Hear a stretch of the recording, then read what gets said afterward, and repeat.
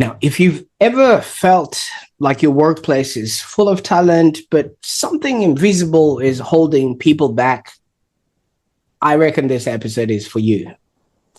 Welcome to the Online Prosperity Show. I'm your host, Prosper Taruvinga.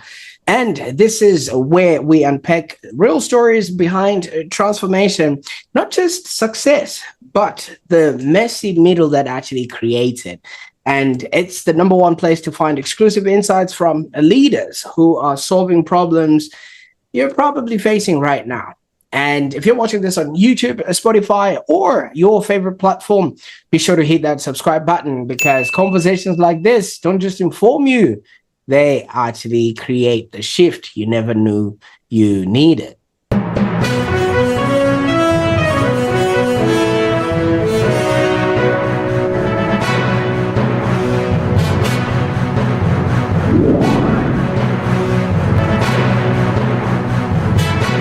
Now, today I have the absolute pleasure of welcoming Trish Goodfield, the founder of SixtiSixSolutions, speaker, coach, a consultant, and the brilliant mind behind Weird Wisdom.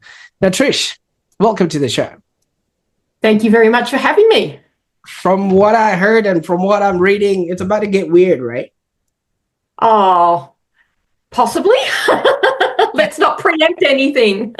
Absolutely. Anyway, before we actually really get serious, Trish, I've got to ask. Apparently, you've got a love for motor racing, yet your cooking skills are described as enthusiastic, to say the least. I mean, you once made brownies 3 times without a flour. Walk us through that. What was actually happening in that particular scenario? Oh, look, my mother is an amazing cook. All my brothers and sisters could cook, and I was really feeling like I was letting the family down. So I challenged myself one year that I was going to learn to make 3 celebration type dishes that I could take to family gatherings. So I decided on one of them I was going to make brownies, and I did it the first time, and it was kind of like a chocolate saucy thing. And I looked at it and went, okay. So that went in the bin. I tried it a second time, and this one seemed to firm up a little bit on the top. So I took it to the family gathering, and we looked at it, and Mum went, oh, never mind, a bit of ice cream, that'll be fine, because you don't throw it. But I came home that afternoon, and I'm like, oh, what am I doing wrong? They're brownies. How hard can it be? And my brother was visiting, and he's sitting in the lounge room. I said, I'm going to have another crack. So I went into the kitchen and I went, right, I'm good to go. Got everything in the bowl. And he went, well, let me just run through the recipe as a fresh pair of eyes. And he goes, cocoa. And I go, check. And he goes, sugar, check. And he goes, flour. And I went, there's no flour in this recipe. And he went, yeah, there's flour. Yeah, flour. So that was the story. I had made it, and I was on my way to make it the 3rd time with no flour.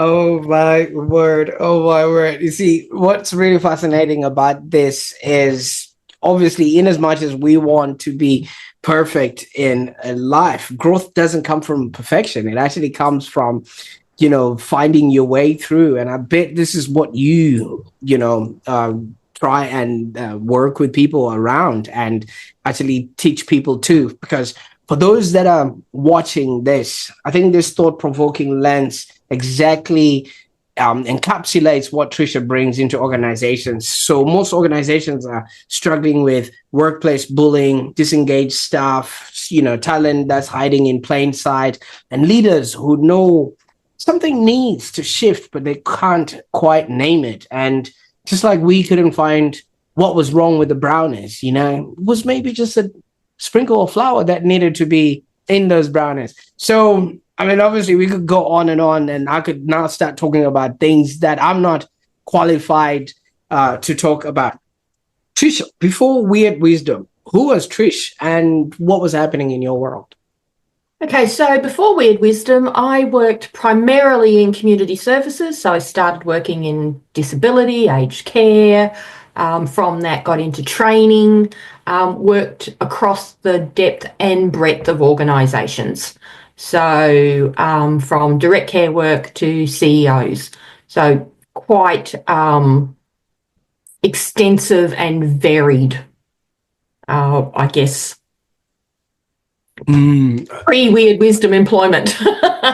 absolutely. I like this because it shows you come from obviously the playground to the C-suite, which is, that breadth of people that you can talk to opens you up to actually really understand how things work out there. So what is it that you were obviously searching in those early days across these different places, like you've mentioned, community services, disability, aged care, youth sectors?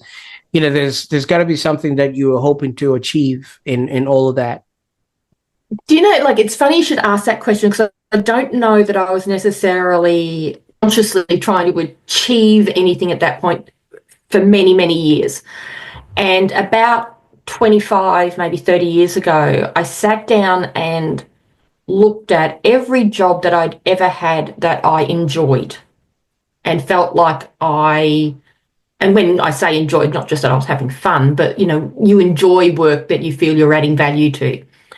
And what I came up with, and it's been sitting on a Post-it note on my big monitor. There's one there now. It's had many iterations because Post-it notes shrivel up and die, but it's been there for 25, 30 odd years. And I found that every job that I enjoyed, whether it was in the position description or not, was a role that allowed me to inspire, improve, and include. So I was able to give that, but I also got that. Absolutely. And that still remains kind of my, I'm going to say purpose. I know people are now sort of saying North Star and all that sort of thing, but at any time where I'm feeling a little, do I really want to be doing this? I'm kind of going, does it inspire? Does it improve? Does it include? And they're kind of my 3 check, and their feelings. Yeah. Absolutely. You see, so many people start a job, go through the whole motions, and don't even realize what are they actually contributing, or if they're inspiring or improving or including others. This kind of tells me, Trish, you already started consulting before you even knew that this is what you were doing, right? Yes, I started consulting quite by accident. I was doing it for 3 years before I actually realised that's what it was. Because my husband and I had started our own business, and it was a craft business, so totally side from what I was doing. And I had the intent to be working in that full time. But when I stepped away from like a paid job as an employee and I'm working in our business, I had, I guess, other people who knew of me coming to me saying, hey, we need this done, or can you help us get this across the line, blah, blah, blah. And I was doing, special projects, helping people identify, I guess, didn't know it at the time, but gap analysis and things like this. And it was, as I said, it was probably close to 3 years before somebody said to me, oh, can you come and do some consultancy with us? And I went, I'm not a consultant. And they went, yeah. And I had to actually sit with that, because I kind of had that negative feeling towards consultants from the late 80s, early 90s, when they whizzed in, they kind of went, we've got the product that'll fix you, do 6 months, and then you never saw them again and everything fell over. And so I was like, I don't want to be a consultant. So it took me quite a while to feel comfortable with that title. See, it becomes, and I quite like that, it becomes an identity, right? Because whatever preconceived, feelings or vision that you have of that particular role takes you away from accepting that this is exactly what I do. And I think a lot of people have the same with salespeople as well, because salespeople have this stigma around them, which then makes it harder for people to actually sell, because they don't want to be seen as that slimy type person. So when did this identity then set in? Do you have an exact moment where you realize, oh, this is exactly what I do and I have become the consultant? Honestly, I think it was only last year. And I know that sounds really, really silly. It was only last year that I added consultant to my LinkedIn profile. And I had read a book called Value-Based Fees by Alan Weiss. And oh yeah, okay, all right. Well, I've got the first one. And off the back of that, I engaged through Alan, a mentor, to work towards the consulting isn't what I do, it's how I get results, and these are the results that I get. And I spent 12 months, working with the coaching through Alan was like 6 months, and we continued that going for about 12 months. And that was where, yes, I said, it was just then that I went, yep, I feel comfortable now wearing that mantle. And so I think that kind of shows too that we can be doing the work, but we're constantly growing and evolving into the work. It's not a set and forget. And I think that's the improving. As I said, it's not just that I want to be improving others. I want to improve. So it was so just last year. Absolutely. And congratulations for finding yourself, because all of this was being built behind the scenes, right? Yes. And you just didn't have, maybe should we just say, the flour that actually put the brownies together. And now and you're very right, because I noticed, like, when you introduced me, you said coach, and now even before I had done the mentoring, and it kind of confirmed it to me, over the years I have moved away from what I call the random coaching, the people who go, oh, I need a coach, hey Trish, blah blah blah. The coaching comes off the back of the organizational work that I've done. So I'm actually coaching people who either the organization's paying me to coach them, or that they've come to me almost pre-qualified, if that makes sense. So now feeling quite comfortable with that title of consultant, all of those other things are just the way that I deliver results, and the results are what I lead with now, that people will have increased engagement, but even more specifically, this is what it looks like when people are more engaged. This is what you get when Absolutely, because fish don't see the water that they swim in, and if you're the person that then leads them and shows them and be like, this is how you need to be operating, and then that's where consultancy actually comes into play, and the good kind, not the one that you had before. But also just really sitting on that, because there could be somebody who's watching this right now and thinking, wait a minute, I still feel hung up on what they think a consultant is and things of that nature. How important is it to actually have mentors and people around you that give you a different perspective, just like you now have, because you were literally driving a Ferrari, but you had the handbrake on, and the handbrake was the fact that you didn't want to be called a consultant. Yeah, and the only time you want a handbrake is when you're cornering. So you don't want. It's not good when you're going in a straight line. Look, weird wisdom at its essence is diversity of thought, which is varied perspectives. If you are only ever seeking out people who are, and I'm going to use that overused term, like-minded, who think like you, who agree with everything that you do, who vote like you do, who eat their steak the same way you do, etc., you're only ever going to get what you've always got, in my view. That's your comfort zone. When you either get a formal mentor or coach, or you mix with people who have different perspectives of the world, then you start to stretch those comfort zones. So we're not stepping outside of them, because that's scary. Yes. We're stretching them. So little by little. So while you may not feel comfortable going out to dinner with people that don't think like you, that you've never met before, having a coach or a mentor is a way of doing it in a protected, safe environment. Because that doesn't mean to say that they're aggressive. It doesn't mean to say, and they're not saying you're wrong. They're saying, here's another way.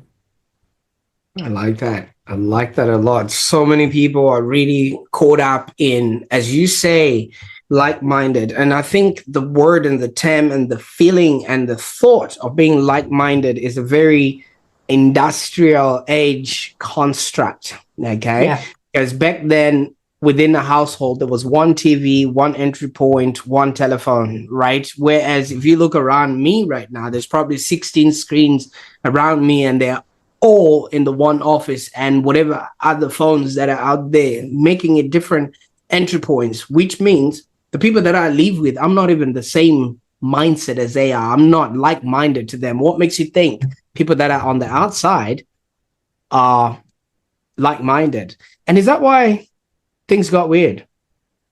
No, I think for me, where I guess the terminology came from was having sat in a meeting where I was the only person, and it was a senior executive meeting where I was the only person asking some questions, and everybody else was just sitting there, and I'm like going, how did we get here? It wasn't even on the agenda. And yet now we've got this thing that's been signed off by the who's who of the board. And this is the first we're seeing of it. And all you guys are sitting here ready to go, yeah, sure, we'll do this. Like that's the shorthand version of what was going on in my head. But I'm asking these very professional, hoping to be non-judgmental in my questions, but really I was sitting there going, are you all mad? But I wasn't saying that. But I was the only one asking the questions, and a colleague said to me, you're weird. And it wasn't said aggressively or nastily. But honestly, I still consider we're still friendly. Like I didn't go, how dare you? I said, thank you. That were the first words out of my mouth.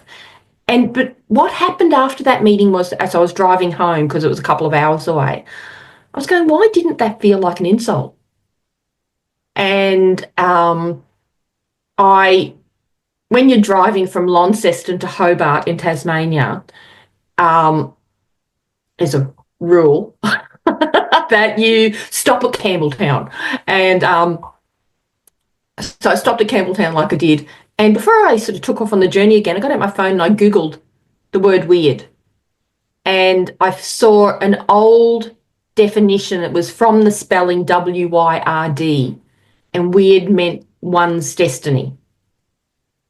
Now, at that point, it was attributed only to an old Scottish word, although now it's attributed to lots of different languages, but then it was just to the Scottish, and I went, oh, my grandfather was Scottish. I can culturally appropriate this.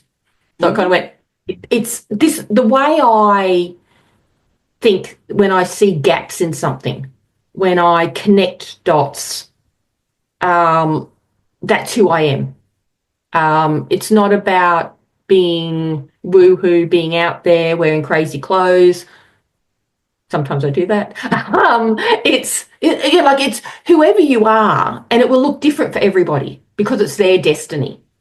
And I kind of went, so I started thinking about it, and the wisdom came from, it's only wisdom if you do use it and share it. If you keep it to yourself, you're being selfish. So that was kind of like where I started to think about it. And then I was going, well, what's made me good at what I do? And I started to kind of like, list all these things. And this is taking months. This is, like 8, 9, 10 years ago. It's taking months. And then I did some research, if you do get on Google and you do this stuff, and up came some research about diversity of thought. Now, I'd never heard of the term. The only diversity I was aware of was the traditional demographic diversity, like I think most people are. Yep. And then I saw this diversity of thought and I kind of went, oh, well, some of this fits into like what I've distilled down to the 5 things that I think align. Some of it didn't, and that was okay. And I also found some contradiction in the research. So up until about 2000 and I think it was about 2016, 2017, the research was saying that you got diversity of thought when you did traditional DEI, like the traditional DEI training, or hiring. It was an automatic outcome.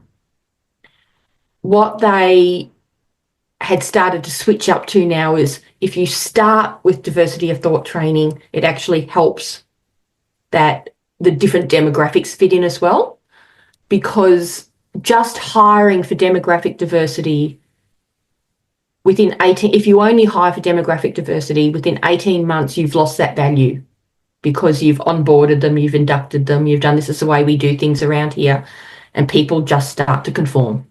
So all of that difference that you hired for gets lost. So for me, I'm trying to guide individuals and organisations to embrace everybody's weird wisdom and use it. As I say, use the thinking you're already paying for. Absolutely, absolutely. And thank you so much for opening us up to that, because if somebody was told they were weird, they would literally have thrown the whole desk, that you were sitting in that boardroom with everybody else and flipped it or something like that. But you sat with it and you actually embraced it, and now you've actually expanded into it. Now, my question really is, the first thing that you mentioned to me was the word consultant, or the phrase or the idea of being a consultant to you was icky. And then also the word weird, you obviously had to stop and think about it as well. So is it just a matter of us not understanding or having a different feeling towards words that we use every single day that literally doesn't allow us to express ourselves? It's really interesting that you use the word feeling, because I think I said when I was talking about being consultant about feeling the word, and when I heard the weird, it didn't feel for me. Feelings happen before thoughts. So you get a sensation. So we're separating feeling from emotion. Okay. The feeling, the sensation happens first, and then, but quicker than this, goes to our head and we go, think, and we go, oh, that feeling means this. Okay. So hear the word weird, that feeling means I'm being insulted, blow up, that sort of thing. Where I'm not immune to those responses because I'm a human being, but I do sit with a feeling probably a little bit longer than the first beat. I'll probably have the second one. Right. Because, and one of the questions I often ask in training is, I don't say, did this resonate with you? Because all you get is, yeah. I actually say, write down where that resonated with you. Where did you feel that signal? Was it in your little toe? Was it a tightness in your throat? So actually starting to train people to identify that. And then what's their normal response? What else might that mean? And it's this is what I do when I'm facilitating training. It's not just talking at people about diversity of thought. People are experiencing it. And and I know that there's probably corporate people at the moment who'd be watching this, rolling their eyes, thinking this is woo-woo. And you know what? I get it. I've sat in plenty of C-suites and rolled my eyes at things that people have come across to me. I get it. We're all reasonable people and we all think we have diversity of thought. But the rolling of the eyes and thinking it's woo-woo is actually shutting down things. And anytime there's lots of ways that you shut down other people's weird wisdom without you even realizing it. And that's the thing, as I say, when you're doing it unintentionally, then when you say something wrong or something that shuts down somebody else's unintentionally, it doesn't float away as a whisper. It hits like a punch. So we need to get more intentional about that. And that is actually everybody going, all right, she just said that. My mind went, that's woo-woo, but what was I feeling? And was that, what was that sensation? What could I reframe that to?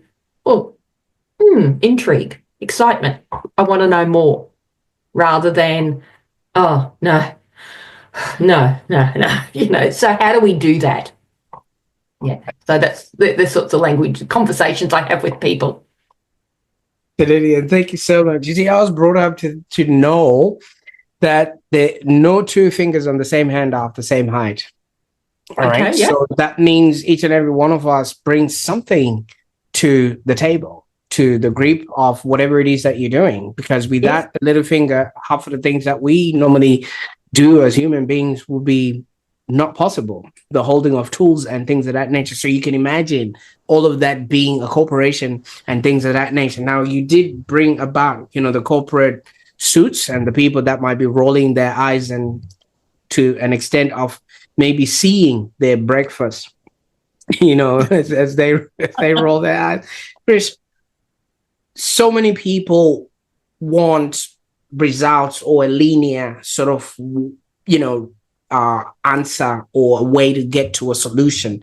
And you, obviously, we've already established you're weird, but you're ahead of your time in the way that corporates actually get to any sort of result. Because like you said, after 18 months, it's reverted back to this is how we always do. There's a very, very small margin of change and things of that nature. Now, didn't that scare you after your trip, to start thinking, okay, if I'm going to be doing this as a weird consultant, that people were going to hire me? No, it didn't scare me, because when I was working about what made me good, I came up with 5 principles. Okay. Now, even with principles, I use the part of a definition. So the Oxford Dictionary defines principles as a fundamental truth or as a proposition that serves as a foundation for a system. Okay, so I'm using the second part. It's a proposition. I'm just asking people to think about it, because it would be, as I say, very ironic if I said there was only one way. But so it's something for people to think about. So the third principle is actually finding harmony and contradiction.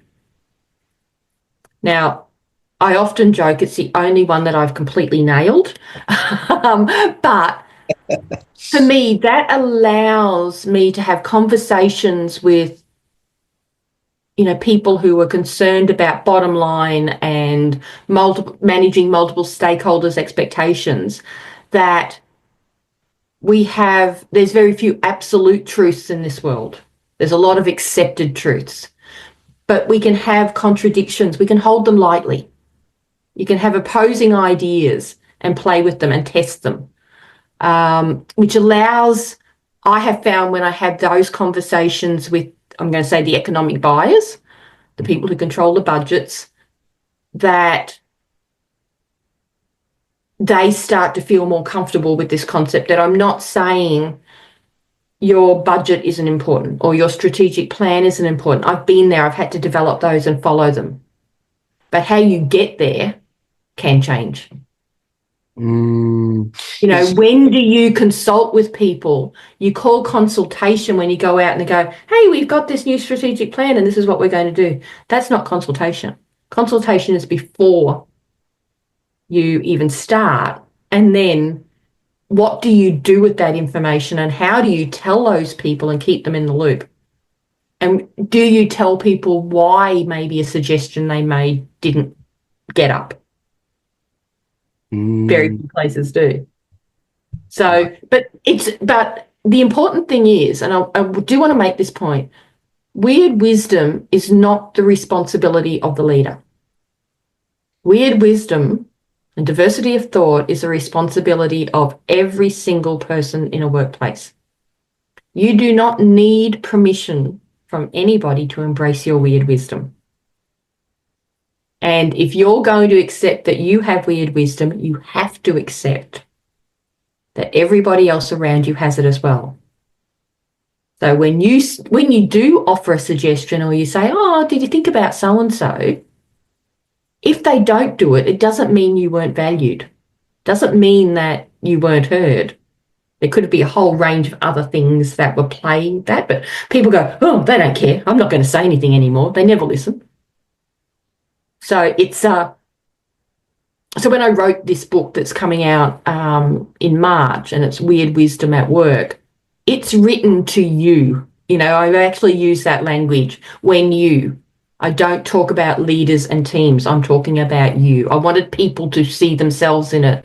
I wanted them to stop and pause and think, what could I do? You know, so that was a really big, there will be one down the track for leaders, but right now I wanted to introduce the concept that we all have weird wisdom. I like that, because you're really calling out on so many people who, like you say, have been shut down before and their voice has not been listened to. So they retreat into their shell like a turtle. And that's just how people work. Whereas they could actually use that and, you know, enhance whatever projects or, you know, processes that they are involved in. But you did mention that the people that end up buying this are economic buyers, all right? They're looking at their, you know, whatever profit and loss or whatever spreadsheets, and they're looking, weird wisdom, what's that? It sounds fluffy. What do you say to people like that? Okay, so I actually say, yeah, it does. And I'm straight up front. I'll say, what I'm trying to get you to do is diversity of thought. Science-backed, research-backed, you know, peer-reviewed, all that sort of stuff. The weird wisdom is because it's about individuals, because it's about the fact that leaders can only do so much. Because by the time it comes down from you and then it goes to the next level and the next level and the next level, somewhere along the line it gets diluted and washed out and forgotten and all the rest of it. But when you actually introduce it to individuals, then everybody is responsible for it. And that's where I shift it from the woo-woo, is that because, you know, like the people who are sitting in the C-suite, the senior management, team leaders or whatever, they are people. You know, they want to do a good job. You know, they don't get up in the morning and think, oh, I'm going to annoy Pam in accounting today. You know, that doesn't even cross their mind. They're just trying to do the job and get their stuff done. And, you know, hoping that you're going to get your stuff done so that you can all go home at the end of the day. And we forget that. I think, you know, it's so easy to go, oh, and just go, oh, leaders. You know, you get on LinkedIn and everyone's going, oh, the leaders, the toxic leaders who are narcissists. And like, there is just not that many toxic and narcissistic people in the world that social media would have us believe. You know, I would much prefer to see people who make decisions that affect others, you know, rather than leaders, because I think it's a catch-all. Its effectiveness isn't about the title. I like that, because it is an identity at the end of the day, right? You're not the manager when you're playing with your son footy or throwing a footy on the weekend, because so that distinction, people should actually be able to understand that we're human first, and then we become whatever it is that is bestowed upon us a little bit later on. And talking of human first, maybe because, you know, people that are watching this are maybe following the trend or whatever it is. You introduced us to the craft business, but obviously you went on and shut that down. That's the human side of you when your husband passed? What did this season teach you about identity? I guess because I was still involved in the same sort of sector and the same sort of work while I was managing the craft business. And I guess in a way we'd kind of walked away a little bit because we'd had a retail outlet and we had the wholesale arm, and we had already closed the retail outlet down 2 years earlier, because we were kind of at this point where we just went, we're exhausted, we're done. You know, we had done everything. So at that stage, I'd been writing a magazine article for every week, 50 weeks of the year. I'd written books. I had a radio show, still working, consulting, still working in the shop. We made everything we sold. So, making and all the rest of it. And the wholesale side of it was a lot more doable. So we kind of already walked away. When my husband died, it was really easy to go, no, I'm not doing this. Because the name of the business was Trish Allen Designs. The Allen wasn't there anymore. Trish Designs just wasn't going to cut it in my head. It was kind of like, it was right. It wasn't even like a decision I made in the midst of grief. Again, I sit with things, and when I we talk about feelings, some people make a decision, they get, oh, this is great, they're so excited. I make a decision and I almost go into neutral.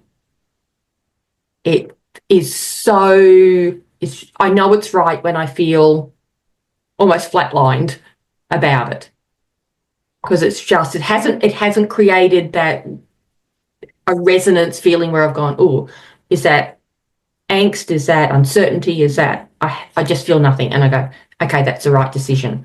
And that's what it was. It was the right decision. I questioned the process for closing that business down many, many times, because it's not just a case of going, I don't want to do this anymore. You've got to deal with the tax office and ASICs, and that's huge. And it drags those clear-cut decisions out, which can be difficult. But it proved to me I could do hard things. When you didn't want to be dealing with hard things, you can do hard things. And when somebody throws you something else, there's still, for me, I guess I realised that I could handle multiple hard things. It wasn't just one hard thing. There was the layering of those hard things. So in terms of shifting identity, I think that whole period of time, well, no, I don't think I know, but again, it was a retrospective knowing that I could control and recreate my identity, because I moved from where I had lived all my entire life as well, 12 months later, and moved somewhere where I didn't know a soul. Wow. And for want of a better term, what I realised in hindsight was I got to control the narrative. People didn't know me as Trishy they went to school with. They didn't know me as the kind, caring person who worked in disability and would sit up all night with people who were having seizures because they needed someone to hold their hand, sort of thing. They didn't know me as the creative person. Like all of these personas that people put on you, and look, none of them were bad by any means. I didn't mention any of the bad ones. We'll just leave that for people's imaginations. But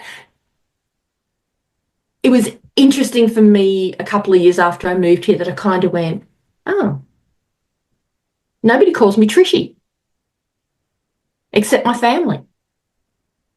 Like where in Queensland, every second person called me that.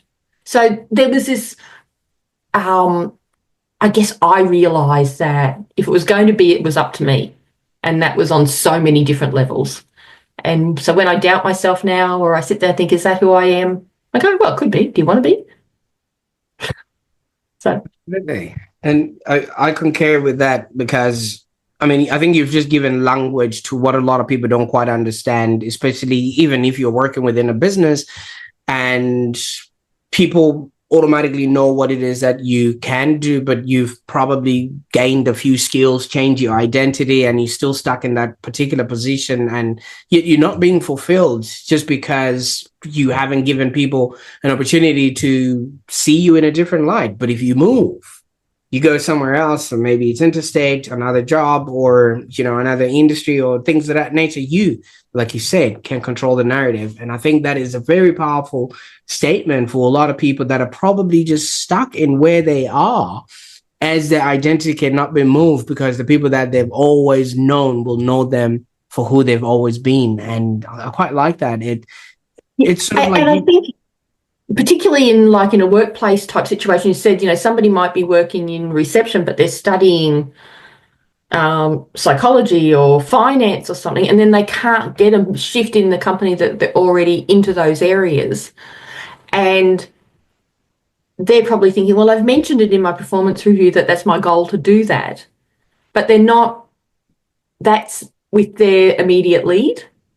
How then, there's lots of ways that organisations could rethink the way that they conduct those and opportunities they give people as well. But it's kind of like the next step is people then get disengaged and they leave because, their identity is stuck. And we've all sat in those rooms when you've had a meeting with,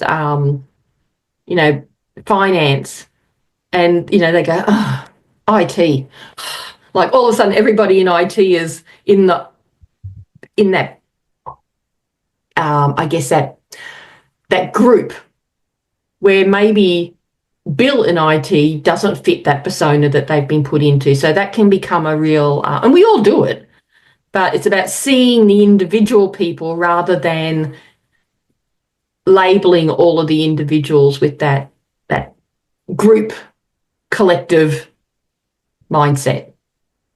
absolutely. And if you really look at all of this, it seems like your whole philosophy, inspire, improve, and include, was just forming all along before you've even named it.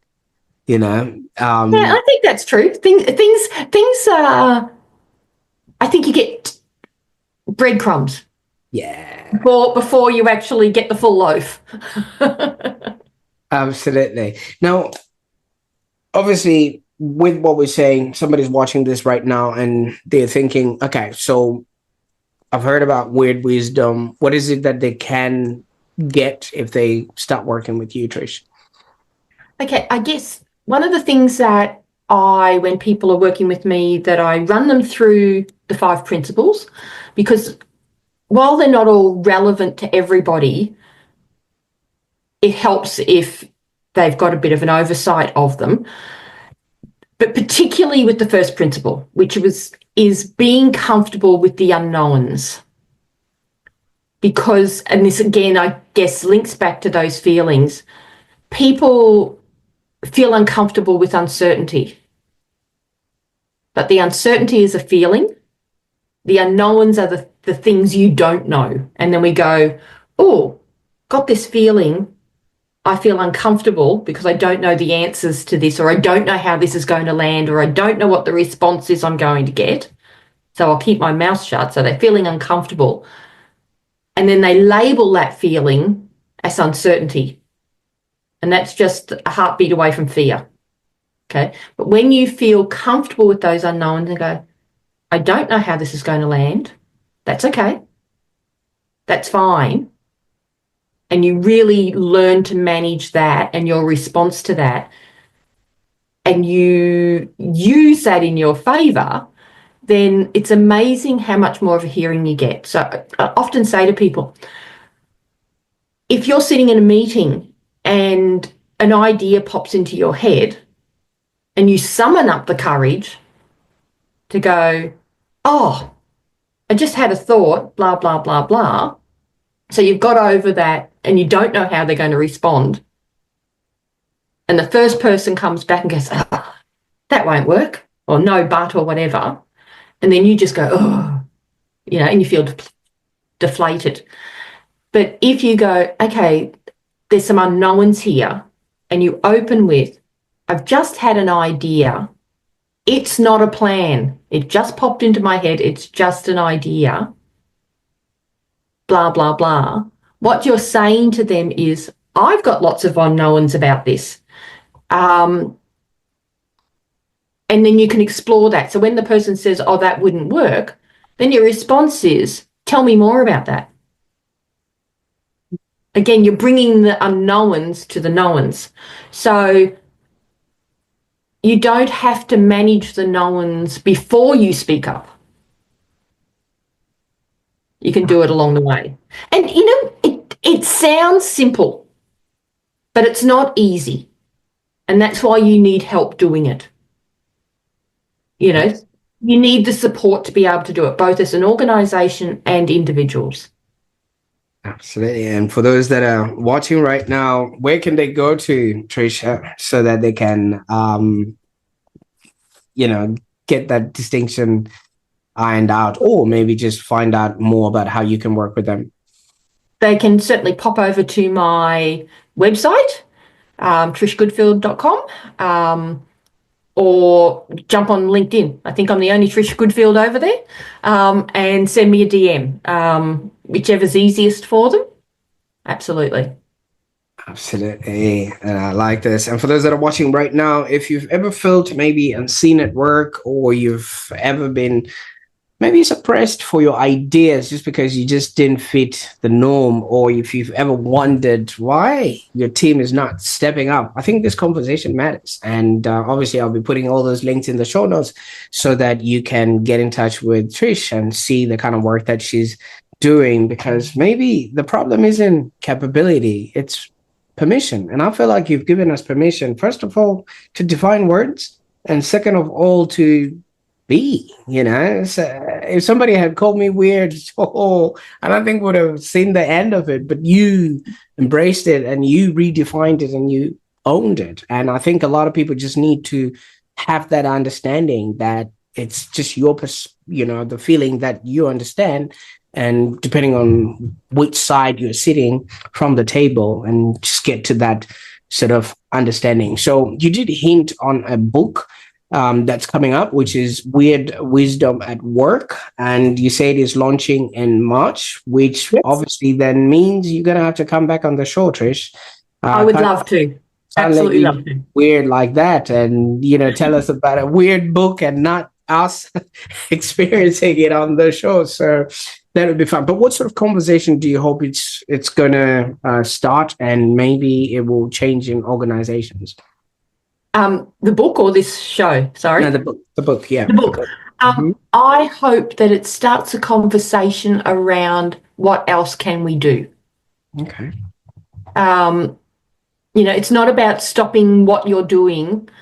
You can introduce diversity of thought, weird wisdom into your workplace with very little money. Like, honestly, you can do it on your own. And it not cost you anything. It's not something that I want organisations to see, that they don't need to hire me or anybody else to do it. It would be nice if they did, just saying, but they don't need. They can do this on their own. And it can run alongside every other initiative that they've currently got going. Absolutely. See, it takes people like yourself that has been through all of this. I mean, your life story and your experience really has culminated into all of this, because this is a creation of the weird Trish that then went on and reinvented herself and accepted that which they thought was not, the right feeling, especially when it came to the word. So for those that are watching, help me thank Trish for the time we've spent on the call today. And obviously, if this conversation has sparked something in you, please don't keep it to yourself. Share this episode with somebody who needs permission to bring their full self to work. Trish, I've got kids, and there's that song that says you put your whole self in, you put your whole self out. And I think that's the kind of weird way we all should just show up in our spaces. Absolutely. I love that. Thank you so much for having me. And I hope people who are watching this get something out of it that helps them fulfill their destiny. Absolutely. I appreciate you. And thanks for being weird with me today. I mean, we could have... Anytime. And for those that are watching again, in our next episode, we're going to be exploring ideas that can help you build not just a successful business, but also a happier existence. So make sure you're subscribed, stay curious, and I dare say, stay weird.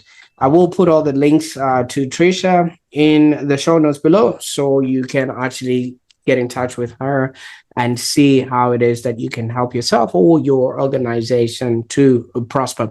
So this week, I encourage you to just maybe do something that slightly feels outside your norm.